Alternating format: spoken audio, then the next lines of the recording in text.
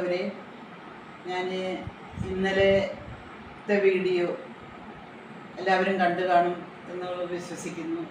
എല്ലാവരും ലൈക്ക് ചെയ്യുക, ഷെയർ ചെയ്യുക എന്ന് ഞാൻ വീണ്ടും വീണ്ടും പറയേണ്ട ആവശ്യമുണ്ട്. ഇന്നതിൻ്റെ ബാക്കിയായിട്ട് കുറച്ച് സന്തോഷകരമായ കാര്യങ്ങളാണ് ഞാൻ പറയാൻ പോകുന്നത്. എന്താണെന്ന് വെച്ചാൽ, നമ്മൾ ചെറുപ്പത്തിൽ 10, 12, 15 വയസ്സൊക്കെ ഉള്ള സമയത്ത് നമുക്ക് കളിയും ചിരിയും അങ്ങനെയുള്ള ഒരു ഇതിലാണല്ലോ നമ്മൾ കൂടുതൽ താല്പര്യം. അപ്പോൾ അങ്ങനെയുള്ള സമയങ്ങളിൽ ഞങ്ങളുടെ വീട്ടിൽ നിന്നാണെങ്കിൽ കളിക്കാനൊന്നും പുറത്തേക്ക് വിടില്ല.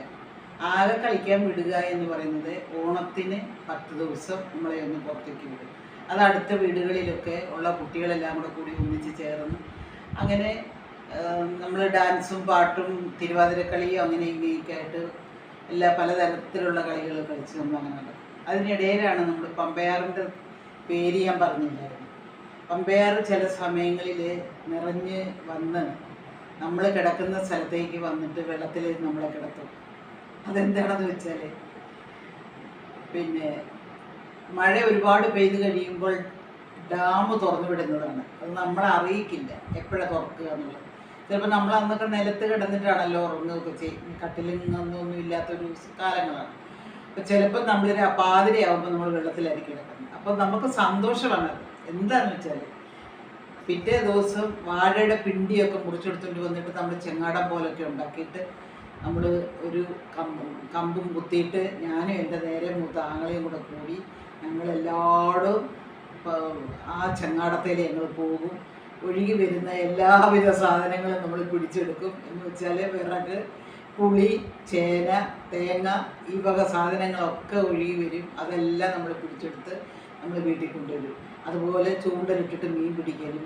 മീൻ പിടിക്കലൊക്കെ എന്ന് പറഞ്ഞാൽ എന്നെപ്പറ്റി പറയുകയാണെന്നുണ്ടെങ്കിൽ എനിക്ക് അത് ഭയങ്കര ഹരമുള്ളൊരു സാധനം. ഇന്നും ഈ വയസ്സാകാലത്തും എനിക്ക് മീൻ പിടിക്കുക എന്ന് പറഞ്ഞാൽ ഭയങ്കര ഇഷ്ടമുള്ള ഒരു അങ്ങനെ കുറേ നാളുകൾ നമ്മൾ പാണ്ടനാട്ടിൽ നിന്ന് പോരുന്നത് വരെയും നമ്മളങ്ങനെ ആഘോഷിച്ച് എത്ര പട്ടിണിയാണെന്ന് പറഞ്ഞാലും നമ്മൾക്ക് ഇതൊക്കെ ഒരു സന്തോഷം തന്നെയാണ്. അങ്ങനെ നമ്മൾ ജീവിച്ചു. അതിന് ശേഷമാണ് +2 കഴിഞ്ഞ് +2 അല്ല പ്രീ ഡിഗ്രിയാണ് കഴിഞ്ഞതിന് ശേഷമാണ് ഞങ്ങൾ പത്തനംതിട്ടയിലേക്ക് ഉള്ള സ്ഥലമാറ്റവും കാര്യങ്ങളൊക്കെ. അവിടെ ചെന്നിട്ടാണ് പിന്നെ ഞാൻ ടൈപ്പ് റൈറ്റിങ്ങും ഷോർട്ട് ഹാൻഡും പഠിക്കാനായിട്ടാണ് പോയത്.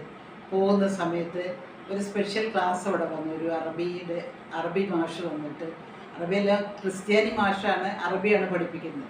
അങ്ങനെ വന്ന് ടൈപ്പ് റൈറ്റിങ്ങും ഷോർട്ട് ഹാൻഡും പഠിക്കാൻ പോകുന്ന സമയങ്ങളിൽ നമ്മൾ വെറുതെ എങ്കിലും നമ്മളൊന്ന് ആ ക്ലാസ് ഒന്ന് അറ്റൻഡ് ചെയ്യാൻ പോയതാണ്. അങ്ങനെ ഞാൻ അവിടുത്തെ സ്റ്റുഡൻ്റായി മാറി.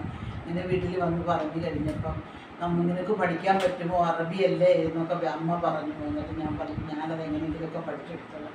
എൻ്റെ ഉദ്ദേശം എന്താണെന്ന് വെച്ചാൽ, എനിക്ക് എങ്ങനെയെങ്കിലും ഒരു ജോലി സമ്പാദിക്കണം എന്നുള്ള ഒരു കല്യാണത്തെക്കുറിച്ചല്ല നമ്മൾ കൂടുതലായിട്ട് ചിന്തിച്ചത്. നമ്മൾ എങ്ങനെയെങ്കിലും ഒരു ജോലി സമ്പാദിക്കണം എന്നുള്ള ഒരു ചിന്താഗതിയിലാണ് ഞാൻ അതിലിറങ്ങി തിരിച്ചത്. എന്തോ ദൈവം നമ്മളെ കടാക്ഷിച്ച മാതിരിയിൽ എനിക്കത് പഠിക്കാൻ കഴിഞ്ഞു. എനിക്ക് ആദ്യത്തെ പ്രാവശ്യം 26 കുട്ടികളുണ്ടായിട്ട് ആദ്യം ഞാൻ മാത്രം കാലിക്കറ്റ് യൂണിവേഴ്സിറ്റിയുടെ എക്സാമാണ് തൃശ്ശൂർ. അതിന് ഞാൻ മാത്രമാണ് ജയിച്ചത്. അങ്ങനെ ഞാൻ ജയിച്ച് കഴിഞ്ഞ് കുറച്ച് നാൾ കഴിഞ്ഞ് എൻ്റെ കൂടെ എനിക്കൊരു കൂട്ടുകാരത്തിയും കൂടെ ഉണ്ടായിരുന്നു, ശാന്ത. ആ ശാന്തയും എന്നോടൊപ്പം വന്നു. പക്ഷേ അവൾ തോറ്റുപോയി. പിന്നീട് അവളെ 7 പ്രാവശ്യം എഴുതിയിട്ട് അവൾ ജയിച്ചിട്ട് അവളും കണ്ണൂർ ഒരു അറബി ടീച്ചറായിട്ട് പോയിരുന്നു.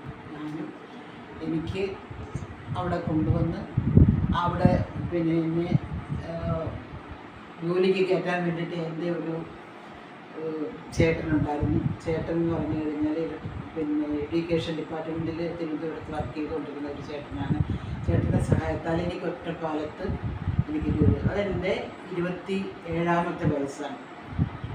അപ്പോഴേക്കും എൻ്റെ ആങ്ങളമാർക്ക് 2 പേർക്കും ജോലിയായി. 2 പേരും ഇലക്ട്രിസിറ്റി ബോർഡിൽ ജോലിയായി. അവർ കല്യാണവും കഴിഞ്ഞു. എൻ്റെ കല്യാണം മാത്രം കഴിഞ്ഞിട്ടില്ല. പക്ഷെ ഞാൻ ജോലിക്ക് കയറിയതിന് ശേഷം എനിക്ക് അവിടുന്ന് കോഴിക്കോട് നിന്നൊരു കല്യാണാലോചന വന്നു.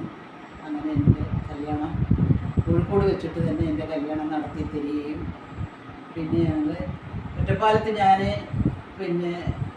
ജോലിക്ക് കയറി അധികം കഴിയുന്നതിന് മുമ്പ് തന്നെ ഞങ്ങൾ അവിടെ ഒരു വീട്, അവിടുത്തെ പ്യൂണ് സ്കൂളിലെ പ്യൂണിൻ്റെ വകയായിട്ട്, ഇപ്പോൾ വകയല്ല, പുള്ളിൻ്റെ സ്ഥലമാണ്, നമുക്ക് സ്ഥലം തന്നു.